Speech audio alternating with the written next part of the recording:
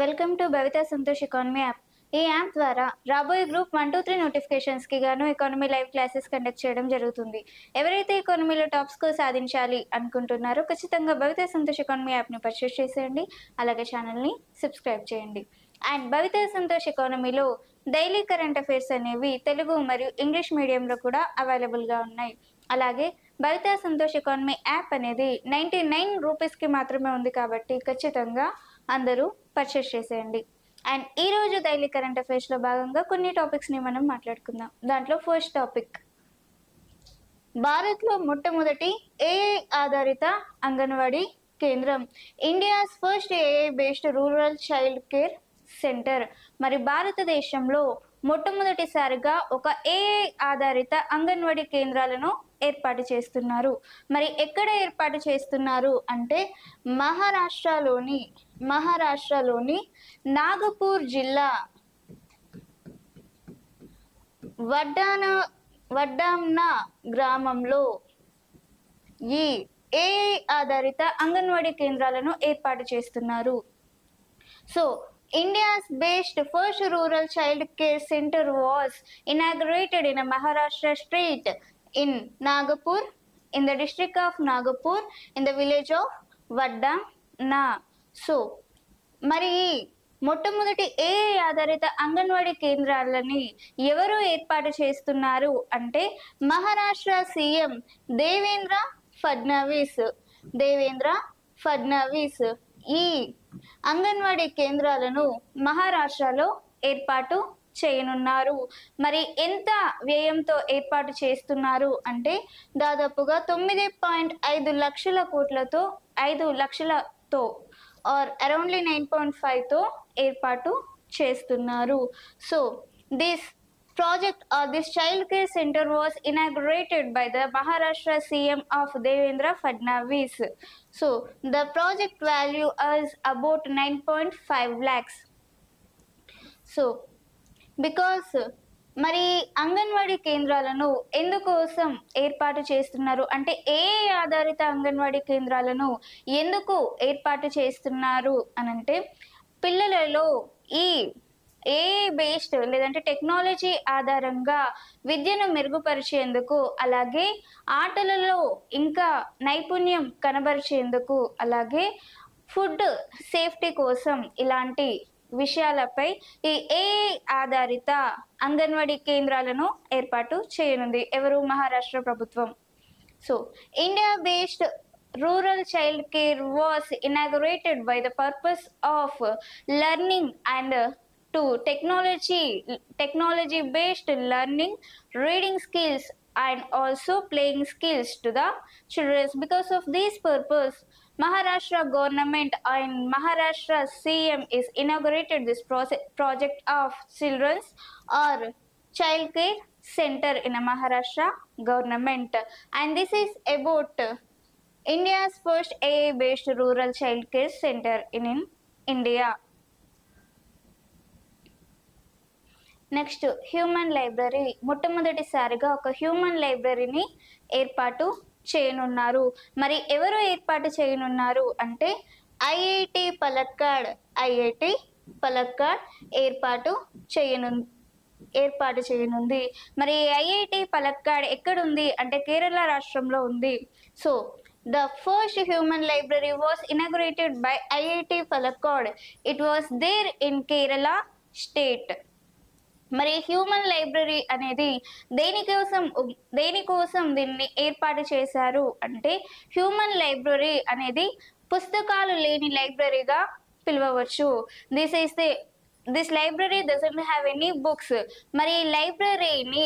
మరి human library అనేది డైరెక్ట్గా ప్రజలతో ఇంటరాక్ట్ అయ్యి వాళ్ళ యొక్క అంటే కవులు ఎవరైతే ఉన్నారో వాళ్ళ జీవిత చరిత్రలను, రచయితలను డైరెక్ట్గా ప్రజలతో వాళ్ళకు ఇంటరాక్టింగ్ ద్వారా వాళ్ళు షేర్ చేసుకుంటారు. మరి ఈ ఉద్దేశంతో ఈ హ్యూమన్ లైబ్రరీని ఏర్పాటు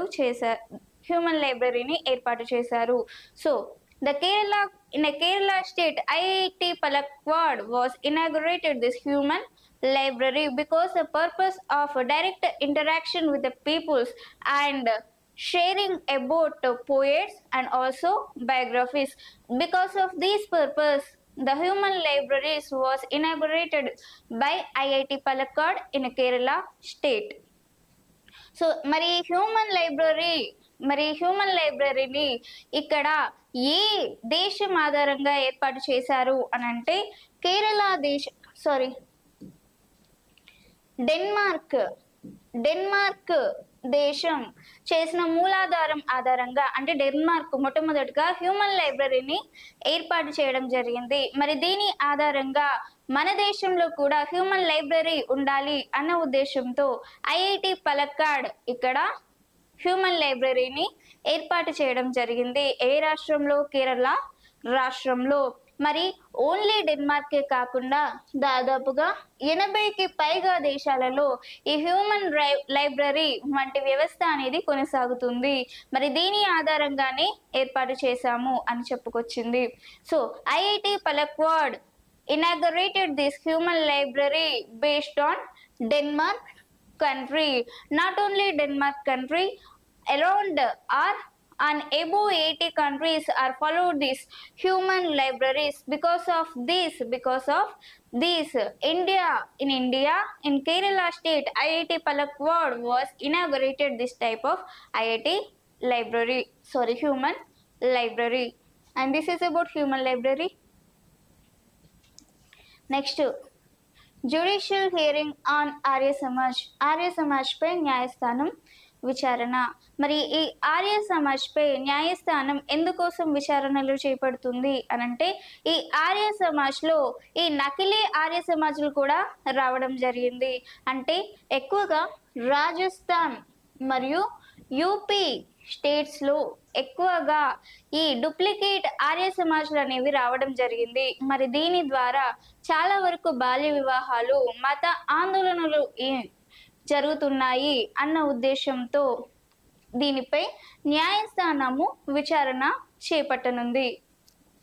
judicial hearing on Arya Samaj because in this Arya Samajas, lot of duplicate Arya Samajas are there in the states of Rajasthan and Uttar Pradesh. Why? Because they doesn't declaration or they doesn't confirmed their ages and also caste. Because of this reason, lot of child marriages are done in a duplicate Arya Samaj and intercaste marriages are done in a duplicate Arya Samaj. So in this case, a lot of cases are registered on Arya Samaj. Because of this reason, the judicial hearing on Arya Samaj was done. మరి ఇది ఈరోజు ఆర్య సమాజ్కి సంబంధించిన విషయం. Next NITI Aayog report 2025.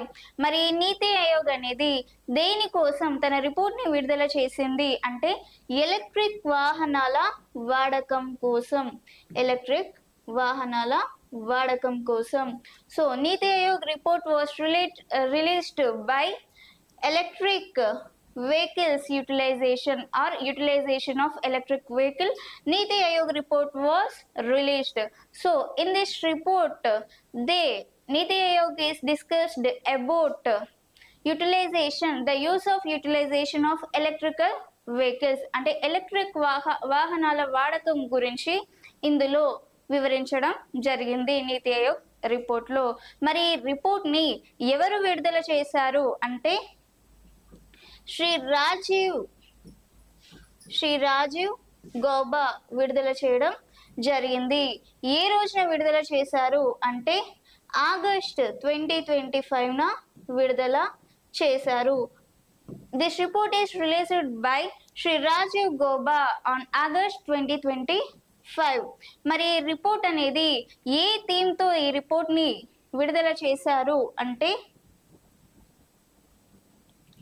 unlocking 1200 billion opportunities and electric vehicles in the India. మరి ఈ థీమ్తో ఈ రిపోర్ట్ని విడుదల చేయడం జరిగింది. They released NITI Aayog report by the theme of unlocking 200 billion opportunities in electric vehicles in India. So these are the team of Niti Aayog report.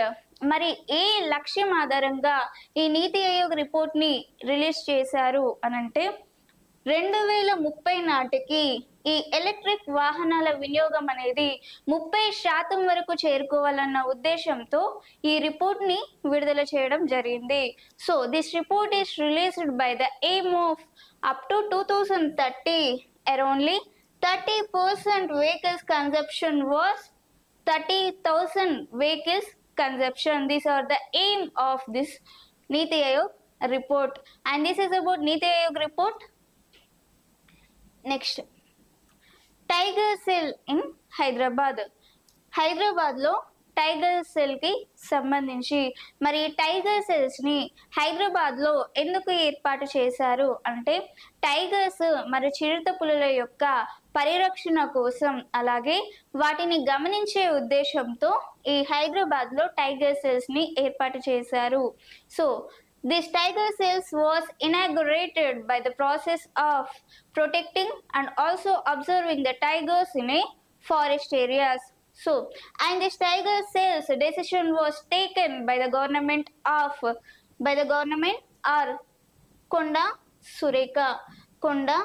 Sureka and also forest minister in Telangana.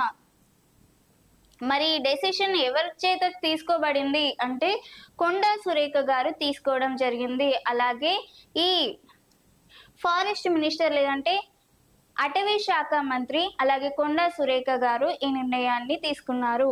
మరి ఏ సమావేశంలో భాగంగా ఈ నిర్ణయాన్ని తీసుకున్నారు అనంటే వన్యప్రాణి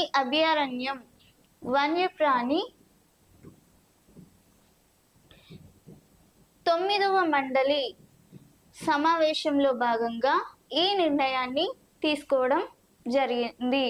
so this decision was taken by the summit of wild life 9th council. The summit was held on August 4, 2025. మరి ఇది ఈరోజు హైదరాబాద్ లో టైగర్ సెల్ కి సంబంధించి. నెక్స్ట్, దేశ ఎగుమతుల్లో రాష్ట్రాల స్థానం. మరి దేశ ఎగుమతులు state positions in country exports. మరి దేశ ఎగుమతుల్లో రాష్ట్రాల స్థానం అనేది ఏ విధంగా ఉంది, అలాగే దేశ ఎగుమతులు అనేవి 24-25 ఇయర్స్ కి సంబంధించి అంటే 24-25 గడిచిన ఏడాదిలో మన ప్రీవియస్ ఆర్థిక సంవత్సరంలో మరి ఈ దేశానికి సంబంధించిన ఎగుమతులు లో రాష్ట్రాలు ఏ స్థానంలో ఉన్నాయి అని చూసుకోవడం. అంటే గత ఏడాది ఆర్థిక సంవత్సరం అంటే ఆర్థిక సంవత్సరం అనేది ఎప్పటి నుంచి ఎప్పటి వరకు స్టార్ట్ అవుతుంది, April 1 నుంచి March 31 వరకు. ఒక ఫైనాన్షియల్ ఇయర్ అనేది April 1 లో స్టార్ట్ అవుతుంది, అలాగే March 31 ఎండ్ అవుతుంది. మరి ఇది ఫైనాన్షియల్ ఇయర్ కి సంబంధించి. అంటే March 31 అంటే మొన్న రీసెంట్గా 2025 March 31 వరకు, అంటే 2024 April 1 నుంచి 25 March 31 వరకు అంటే ఒక ఫైనాన్షియల్ ఇయర్ అనేది ముగిసింది.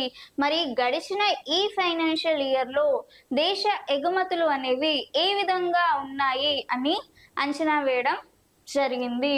So state positions in a country exports are estimated in the given financial year of 2024 and 2025.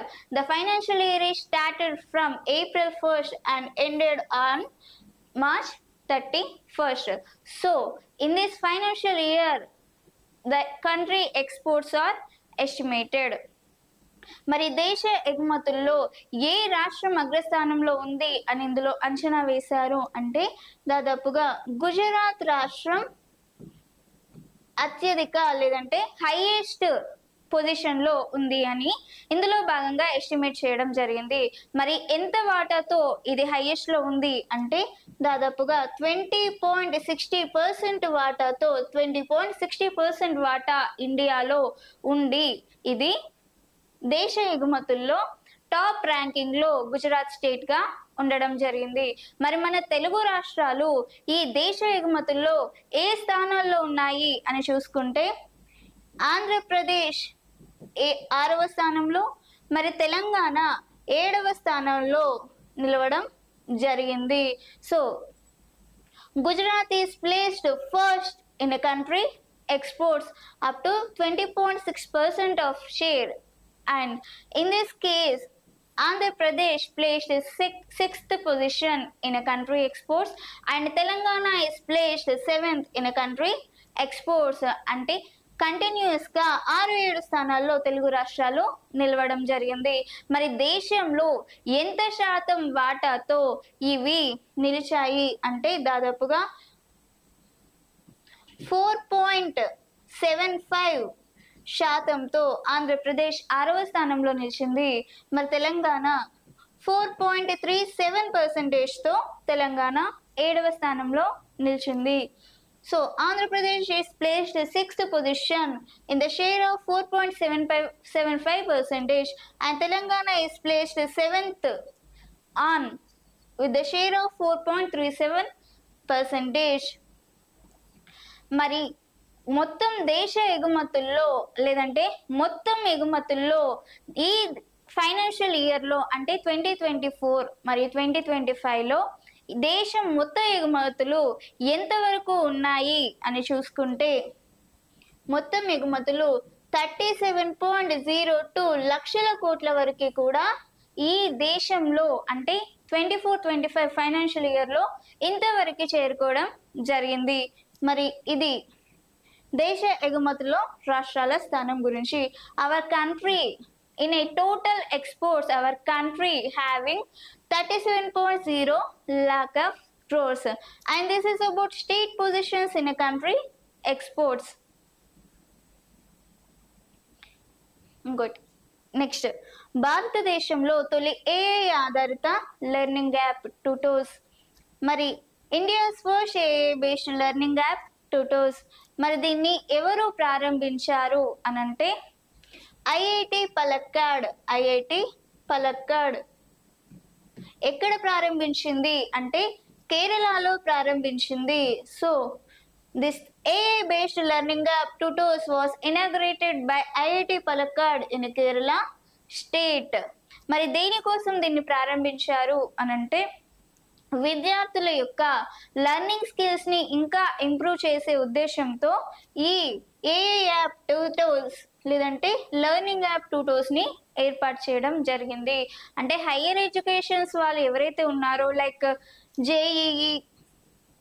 JEE NEET అలాగే క్యాట్ వంటి ఎడ్యుకేషన్స్ కి ఈ ట్యూటోర్స్ అనేది బాగా ఉపయోగపడుతుంది అన్న ఉద్దేశంతో ఈ యాప్ ని ఏర్పాటు చేయడం జరిగింది. అంటే చాలా ఈజీగా నేర్చుకునే విధంగా దీన్ని ఏర్పాటు చేయడం జరిగింది. మరి ఎవరు దీన్ని ఏర్పాటు చేశారు లేదంటే ఎవరు దీన్ని ప్రారంభించారు అంటే కేంద్ర విద్యాశాఖ మంత్రి ధర్మేంద్ర ప్రధాన్ దీన్ని ప్రారంభించడం జరిగింది. So this learning app is mostly used for the higher educational students of JEE, NEET, CAT and etc. because this learning app is very useful and easy learning app. This is mostly used for the students and higher educations and etc. And this learning app is inaugurated by the Central Educational Minister of Dharmendra Pradhan, and this is about AI based learning app tutors. Next, స్థిరమైన వ్యవసాయ దినోత్సవం sustainable agriculture day. మరి sustainable agriculture day అనేది దేనికి సంబంధించింది అని చూసుకుంటే ప్రముఖ శాస్త్రవేత్త అయిన MS స్వామినాథన్ గారి జన్మదినోత్సవం ఆగస్ట్ 7ని ప్రతి సంవత్సరం కూడా మనం సస్టైనబుల్ అగ్రికల్చర్ డేగా జరుపుకోవాలని మహారాష్ట్ర గవర్నమెంట్ పేర్కొనడం జరిగింది. అంటే MS స్వామినాథన్ పుట్టినరోజుని మనం ప్రతి సంవత్సరం స్థిరమైన వ్యవసాయ దినోత్సవంగా జరుపుకోవాలి అని పాస్ చేసింది. So sustainable agriculture day it will be celebrated on every year August 7th because that day MS Swaminathan was birth anniversary. Because of this reason Maharashtra government passes this order to celebrate sustainable agriculture day. మరి ఈ స్థిరమైన వ్యవసాయ దినోత్సవాన్ని మరి ప్రజలలో ఈ సుస్థిరమైన వ్యవసాయ అభివృద్ధి కోసం ప్రజలలో తెలియజేసే ఉద్దేశంతో ప్రతి సంవత్సరం ఈ రోజున జరుపుకోవాలి అని చెప్పి వివరించడం జరిగింది. అలాగే మరి MS స్వామినాథన్ ఎప్పుడు జన్మించారు అంటే August 7, 1925న జన్మించారు. మరి ఈయనను ఫాదర్ ఆఫ్ గ్రీన్ రెవల్యూషన్గా పిలుస్తారు. మరి ఈయనకి 2024లో భారత్ రత్న అవార్డు కూడా లభించింది ఈయన మరణానంతరం. So MS Swaminathan was born on August 7, 1925 and he's also got an award of Bharat Ratna after his death, and he is the father of Green Revolution. And this is about స్థిరమైన వ్యవసాయ దినోత్సవం or sustainable agriculture day. And ఇదే ఈరోజు daily current అఫైర్స్కి సంబంధించి మీకు ఇలాంటి current topics ఇంకా కావాలి అనుకుంటే, లేదంటే ఇలాంటి డైలీ కరెంట్ అఫైర్స్ ఇంకా కావాలి అనుకుంటే ఖచ్చితంగా భవితా సంతోష్ ఎకానమీ యాప్ని పర్చేస్ చేసేయండి. అలాగే ఛానల్ని సబ్స్క్రైబ్ చేయండి. Thank you.